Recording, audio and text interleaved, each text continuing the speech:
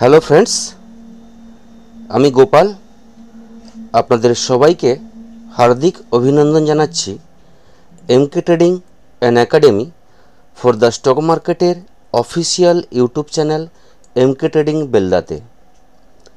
আজ রবিবার 17 August, time প্রায় 4টা বাজে। হাজির হলাম নেক্সট উইক 18 আগস্ট থেকে 22 আগস্টের মার্কেট রিলেটেড ইনফরমেশন, সোমবার মার্কেটে ট্রেড কিভাবে হতে পারে এই নিয়ে আজকের এই ভিডিও।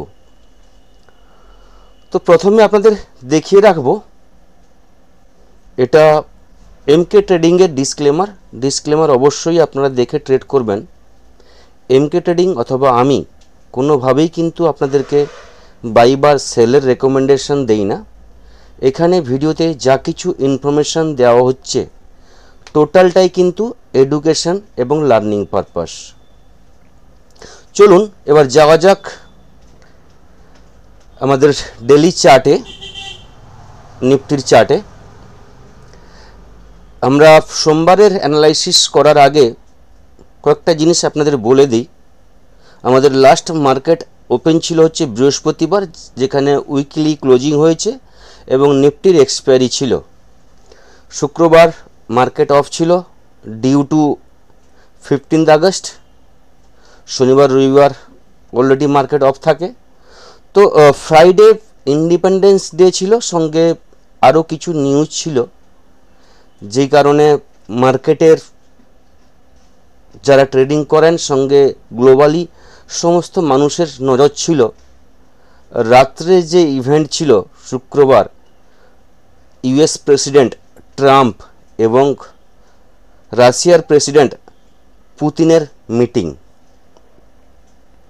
সবার চোখ ছিল ওই দিকে, দুজনের মিটিংয়ের ফলে কি আউটকাম আসে, মিটিং সাকসেসফুল হয় কি না, সবার নজর ছিল। তো শুক্রবার মর্নিংয়ে আমরা ভালো নিউজ পেয়েছি, যারা আমরা ভারতবাসী, ইন্ডিয়ান। আমাদের প্রধানমন্ত্রী নরেন্দ্র মোদী প্রতিটা ভারতবাসীকে ভালো কিছু অফার দিয়েছেন, অ্যানাউন্সমেন্ট করেছেন। সেই অ্যানাউন্সমেন্ট আমাদের খুবই ভালো ছিল। তার মধ্যে একটা ছিল আমাদের জিএসটি নিয়ে। জিএসটি যে রেট আমাদের ছিল 5%, 12%, 18% এবং 28%, এই চারটা স্ল্যাবে জিএসটি আমাদের চলছে। কিন্তু আমাদের প্রধানমন্ত্রী ঘোষণা করেছেন দিওয়ালিতে আমাদের কাছে কিছু ভালো গিফট আসবে, যেটা হচ্ছে জিএসটি রেটের ইনক্রিজ হবে বা জিএসটি রেট কাট হবে, যেটা দিওয়ালি গিফট উনি বলেছেন। তো বিশেষজ্ঞদের মতে আমাদের যে জিএসটি চলছে চারটা স্ল্যাবে 5%, 12%, 18%, 28%, যারা অ্যানালাইসিস্ট বা যারা বিশেষজ্ঞ আছেন জিএসটি নিয়ে আলোচনা করছেন, প্রত্যেকের মুখে আমরা শুনতে পাচ্ছি, আমরা সোশ্যাল মিডিয়া দেখলে বুঝতে পাচ্ছি যে 5%টা 5%ই থাকবে, 12% আর 18% এটা কমে গিয়ে 5%-এ আসতে পারে, এবং 28% যেটা আছে স্ল্যাব সেটা 15 অথবা 18% হতে পারে। তো এটা একটা ভালো নিউজ আমাদের জন্য, মার্কেটকে বুস্ট আপ করার জন্য এটা একটা বড় নিউজ। তো সোমবার মার্কেটে এর প্রভাব বা এর এফেক্ট আমরা লাইভ মার্কেটে দেখতে পাবো। এমনকি গ্যাপ আপও হতে পারে, গ্যাপ আপের সম্ভাবনাও আছে। যদি মার্কেট এটাকে পজিটিভলি নেয় তাহলে কিন্তু একটা গ্যাপ আপ হবে এবং মার্কেট কিন্তু এখান থেকে পজিটিভলি মুভমেন্ট হওয়া উচিত নেক্সট উইক। এটা গেল সকালের নিউজ। এবার ইভিনিংয়ের যে নিউজ, ট্রাম্প এবং পুতিনের যে মিটিং হয়েছিল, সেখানে বা সেই মিটিংয়ের যে দিকে প্রত্যেকের নজর ছিল, তার যে আউটকাম পজিটিভ, খুব পজিটিভও হয়নি বা খারাপ কিছু নয়। ডোনাল্ড ট্রাম্প বলেছেন যে কিছু এগ্রিমেন্ট হয়নি পুতিনের সঙ্গে, রাশিয়ার এবং ইউক্রেনের যে যুদ্ধ চলছে সেটা যে শেষ হয়ে গেল বা শেষ হয়ে যাবে এরকম কিছু এগ্রিমেন্ট হয়নি। দুজনের মধ্যে তেমন কিছু এগ্রিমেন্ট হয়নি, কিন্তু মিটিং যে হয়েছে এটা পজিটিভ হয়েছে। দুজনেই এটা মিটিংয়ের শেষে ঘোষণা করেছেন যে মিটিং পজিটিভলি রেসপন্স এসছে দুতরফের পক্ষ থেকে। এটা ফার্স্ট মিটিং ছিল। আরও একটা জিনিস বলে রাখি, পুতিনের বলতে গেলে এটা লাস্ট 10 বছরের ফার্স্ট মিটিং, মানে লাস্ট 10 বছর পর উনি ইউএস গিয়ে মিটিংটায় যোগ দিয়েছিলেন। তো এটা ফার্স্ট মিটিং। এরপরে নেক্সট স্টেপ আসবে বা নেক্সট মিটিং হবে যেখানে ট্রাম্প রাশিয়া যাবেন। এরকম অনেক কিছুই পজিটিভ নিউজ এসছে, তবে কোনো কিছু এগ্রিমেন্ট হয়নি। বা ইন্ডিয়ার যে ট্যারিফ এটাকে নিয়েও তেমন কিছু আলোচনা হয়নি, রাশিয়া ইউক্রেন ওয়ার নিয়ে তেমন কিছু আলোচনা হয়নি। তবে দুজনের কাছ থেকে আমরা শুনতে পেয়েছি যে পজিটিভ মিটিং হয়েছে। যাই হোক না কেন, যদি এটা মার্কেট পজিটিভলি নেয় তাহলে সোমবার থেকে আমরা একটা পজিটিভ মুভমেন্ট দেখতে পারি। নিফটিতে যদি আমরা ট্রেড করি, যেখানে নিফটি বন্ধ হয়েছে, ক্লোজ হয়েছে বৃহস্পতিবার 24,631, বলতে গেলে একদম ফ্ল্যাট টু পজিটিভ ক্লোজিং দিয়েছে পরপর দুদিন, 13 তারিখ এবং 14 তারিখ, দুদিন পরপর গ্রিন ক্যান্ডেলে ক্লোজিং দিয়েছে। কিন্তু গ্রিন ক্যান্ডেলে ক্লোজিং দিলেও দুদিনের ক্যান্ডেল তেমন কিছু আমরা স্ট্রেংথ দেখতে পাইনি, কারণ মার্কেট ওয়েট করছিল ভালো কিছু নিউজের জন্য বা মার্কেট বুস্ট আপ হওয়ার জন্য, মার্কেটকে পজিটিভ র্যালি করার জন্য ভালো কিছু নিউজের জন্য ওয়েট করছিল। আর এই নিউজগুলো যদি পজিটিভ হয় তাহলে কিন্তু মার্কেট এখান থেকে পজিটিভ মুভমেন্ট করতে পারে। তো সোমবারের আমাদের ভিউ হবে, মার্কেট যদি ফ্ল্যাট ওপেনিং হয় 24,640-এর উপরে বা 650-এর উপরে নিফটি ট্রেড করা শুরু করে, সেখান থেকে পজিটিভ আমরা র্যালি দেখতে পাবো, পজিটিভ ট্রেড নেব, যেখানে 24,680, 24,700, 24,740-এর জন্য আমরা ট্রেড করব। 24,740 লেভেলটা যদি ব্রেক করে যায় তাহলে 24,800 লেভেল এবং 850-এর লেভেল কিন্তু আমরা পরপর কিন্তু দেখতে পাবো। এবং নিফটি যদি সোমবারের ডেটে 24,800-র উপরে ক্লোজিং দেয় তাহলে কিন্তু নেক্সট কয়েকদিনের মধ্যে আমরা কিন্তু 25,000-এর লেভেল কিন্তু দেখতে পাবো। এবার ধরুন মার্কেট গ্যাপ ডাউন ওপেন হয় এবং 24,600-র নিচে ক্লোজিং ওপেনিং হয়, সেখান থেকে দেখতে হবে মিনিমাম 5 থেকে 10 মিনিট টাইম দিতে হবে এবং তারপর দেখতে হবে সেখান থেকে কোনো বায়ার বা পজিটিভ কোনো আমরা ইন্ডিকেট পাচ্ছি কিনা ক্যান্ডেলে বা চার্টে। যদি কোনো পজিটিভ আমরা সেন্টিমেন্ট দেখতে পাই, পজিটিভ ক্যান্ডেল দেখতে পাই, সেখান থেকে কিন্তু আমরা বাইং করতে পারবো।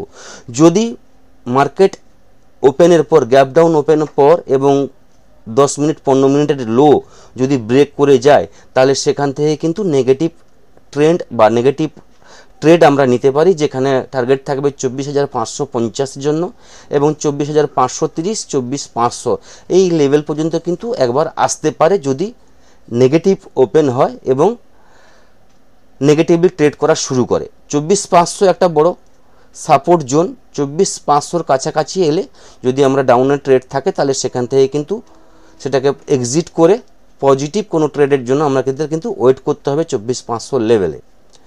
এখান থেকে বায়ারের অ্যাক্টিভিটি, অপশান চেইন দেখে কিন্তু আমরা এন্ট্রি নিতে পারি এবং স্টপ লস বা এখানে যদি আমরা বাইং করি 24,500 জায়গায় তাহলে কিন্তু আমাদের রিস্কটা কম থাকে। ওভারঅল মার্কেট ওপেনিংয়ের উপর ডিপেন্ড করবে সোমবার কীভাবে কিন্তু কীভাবে মুভমেন্ট হবে, কীভাবে ট্রেডিং আমরা করতে পারবো। যদি বড় গ্যাপ আপ ওপেন হয়, ধরুন 24,700-র উপরে যদি ওপেন হয় তাহলে কিন্তু একটা প্রফিট বুকিং হতে পারে। তারপর কিন্তু টপ যদি ব্রেক করে যায় তাহলে কিন্তু পজিটিভলি আমরা র্যালি দেখতে পাবো। যদি গ্যাপ ডাউন ওপেন হয়, ধরুন 24,550-এর কাছাকাছি ওপেন হয়, তাহলে বলবো সেখান থেকে তার লোটাকে স্টপ লস ভেবে সেখান থেকে কিন্তু পজিটিভ একটা ট্রেন্ডের জন্য আমরা ট্রেড নিতে পারি। ওভারঅল নিউজ বেস মার্কেট আছে, সোমবারের ওপেনিংয়ের উপর ডিপেন্ড করবে পুরো দিনের র্যালি এবং ফার্স্ট আওয়ার কীভাবে ট্রেড করে, তারপর কিন্তু আস্তে আস্তে কিন্তু মার্কেটে বা আধা ঘন্টা 1 ঘন্টা ট্রেড হওয়ার পর কিন্তু আমরা মার্কেটের যে স্ট্রেংথ বা মার্কেটের যে মুভমেন্ট আমরা কিন্তু ক্যাপচার করতে পারবো, সেইভাবে কিন্তু ট্রেড করতে হবে।